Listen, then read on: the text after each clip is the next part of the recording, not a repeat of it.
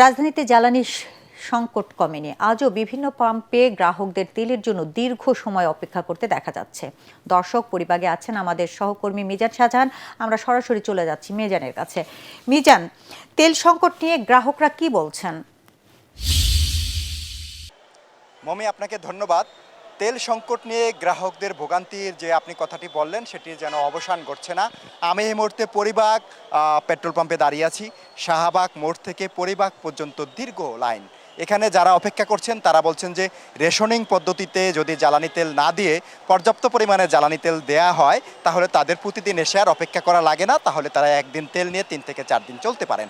এটা যেরকম একটা যুক্তি, অন্যদিকে যুক্তি আছে যে অনেকেই ফুল ট্যাঙ্কি করে তেল নিয়ে আবার বিকেলে এসে দাঁড়ান, কেউ আবার পরদিন এসে দাঁড়ান। অর্থাৎ এই যে সমস্যা চলছে এটির সমাধান হওয়ার জন্য এখানে গ্রাহকরা বলছেন যে মানুষকে মূলত সততার পরিচয় দিতে হবে, কারণ যেভাবে মজুতদারি করা হচ্ছে সেই মজুতদারি যদি বন্ধ না হয় তাহলে সরকারি কোনো উদ্যোগই কাজে লাগবে না। অর্থাৎ এখানে যারা অপেক্ষা করছেন আমি তাদের প্রায় অনেকের সঙ্গে কথা বলছি, তারা বলছেন যে সকাল 7:30 থেকে এই প্রায় 10:15 পর্যন্ত তারা অপেক্ষা করে জ্বালানি তেল পাচ্ছেন এবং সেখানে মোটরসাইকেলে 500 থেকে 600 টাকা পর্যন্ত তেল দেওয়া হচ্ছে। অন্যদিকে প্রাইভেট কারগুলোকে 1500 থেকে 2000 টাকার পর্যন্ত তেল দেওয়া হচ্ছে।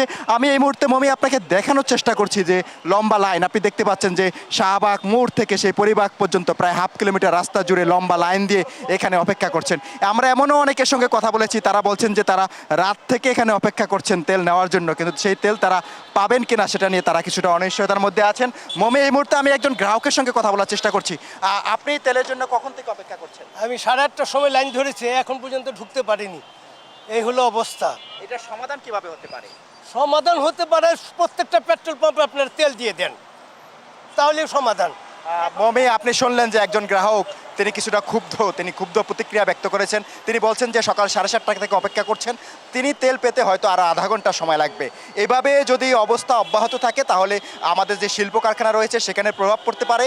এজন্য এখানে গ্রাহকরা বলছেন যে প্রত্যেকটি পাম্প থেকে কিভাবে ডিপো পর্যাপ্ত তেল সরবরাহ করবে সেটি নিশ্চিত করতে হবে। যদিও ডিপো থেকে বলা হচ্ছে যে আগের দিনের তুলনায় এখন 1.5 গুণ তেল দেওয়া হচ্ছে, তারপর এই সংকট কেন সমাধান হচ্ছে না সেই আসল কারণটি খুঁজে বের করতে হবে। মমি, এই মুহূর্তে আমার কাছে এই হচ্ছে সবশেষ খবর। পরবর্তী সংবাদে কোনো আপডেট থাকলে আপনাকে বিস্তারিত জানাতে পারবো। মিজান, আপনাকে অসংখ্য ধন্যবাদ। আপনি আমাদের সাথেই থাকুন।